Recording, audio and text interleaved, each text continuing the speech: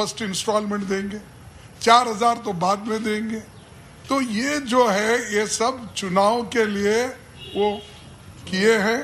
मैं डायरेक्टली उनको ये कहता कि ये एक रिश्वत उन्होंने वोटर्स को देने की कोशिश कर रहे हैं। और तीसरी चीज जो उन्होंने ये कहा कि अब 5 लाख रुपए के एग्जम्पशन, भाई ठीक है, इनकम टैक्स का हर बार 1 लाख को कभी था, कभी तो 2 लाख को किए, कभी 2.5 लाख को किए, इस बार 5 लाख। उसके लिए सदन में जैसा कि पार्टी में जिंदाबाद करते हैं वैसा पार्लियामेंट में उठ उठ के लोग उनके पार्टी के मोदी मोदी मोदी, ये क्या है? ये तो तमाशा हो गया।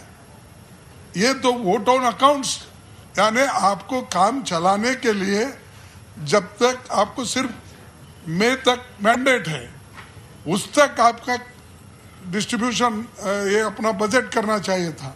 उसके बजाय उन्होंने सारे आगे आने वाले पूरे 1 साल का बजट उन्होंने रखा और लोगों को गुमराह करने के लिए और चुनाव के मद्देनजर रखते हुए ये पूरा बजट उन्होंने देश के सामने रखा। तो ये वायदे कौन पूरे करेंगे? अगर ये लोग नहीं आएंगे तो ये वायदे कौन पूरे करेंगे? तो आने वाले गवर्नमेंट पे यही पड़ेगा। तो इसीलिए ये मैं कह रहा हूँ कि ये चुनावी वायदे हैं, ये जुमले हैं।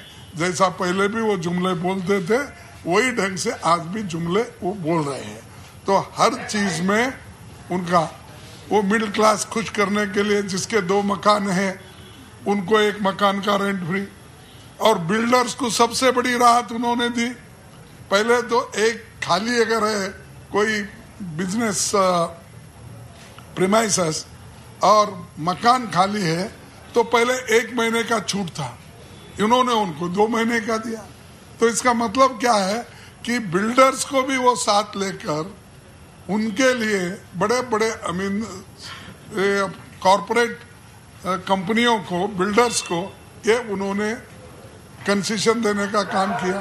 तो हर चीज में उनका पॉलिटिक्स है और गरीबों के लिए कुछ नहीं है। अब मनरेगा की बात मैं बोलता हूं, उन्होंने कहा कि इस बार भी 60,000 करोड़ रखी। अरे इन्फ्लेशन ही आपका 5-6% है। अगर आप बजट में आधा % भी अगर उसमें ज्यादा नहीं है, 60 लास्ट टाइम 59,000 करोड़ था, इस बार वो 60,000 करोड़ है। अभी बहुत से स्टेट में बाकी है, अभी उनको देना है, उसके लिए कम से कम 10,000 करोड़ रुपए चाहिए। तो ये सब इनके गवर्नमेंट में कोई प्रगति तो नहीं हुई, इसीलिए वो प्रगति नहीं बता सके। और जो आगे करने वाले हैं वो जुमले इस पार्लियामेंट में उन्होंने बताया है, इससे लोगों का कोई फायदा होने वाला नहीं है। वो समझ रहे हैं वोट हमको मिलेंगे। लोगों को मालूम है ये पहले कैसा भरोसा इन्होंने दिया और लोगों को धोखा दिया, युवकों को धोखा दिया, किसानों को धोखा दिया, ये सब कुछ उन्होंने किया।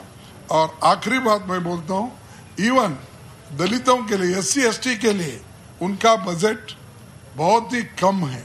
क्योंकि हमारे स्टेट में, मैं कर्नाटक और आंध्रा का उदाहरण देता हूँ, वहाँ पर बजट, सोशल वेलफेयर का बजट, सोशल जस्टिस का बजट सब प्लान होता है।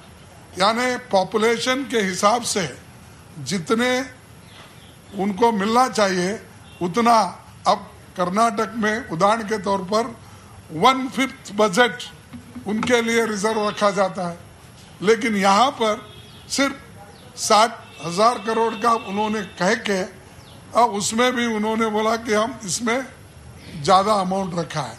वो तो शेड्यूल कास्ट के लिए भी कुछ नहीं, शेड्यूल ट्राइब्स के लिए कुछ नहीं है, और जितने भी किसान हैं उनको भी एक गुमराह करने के लिए इन्होंने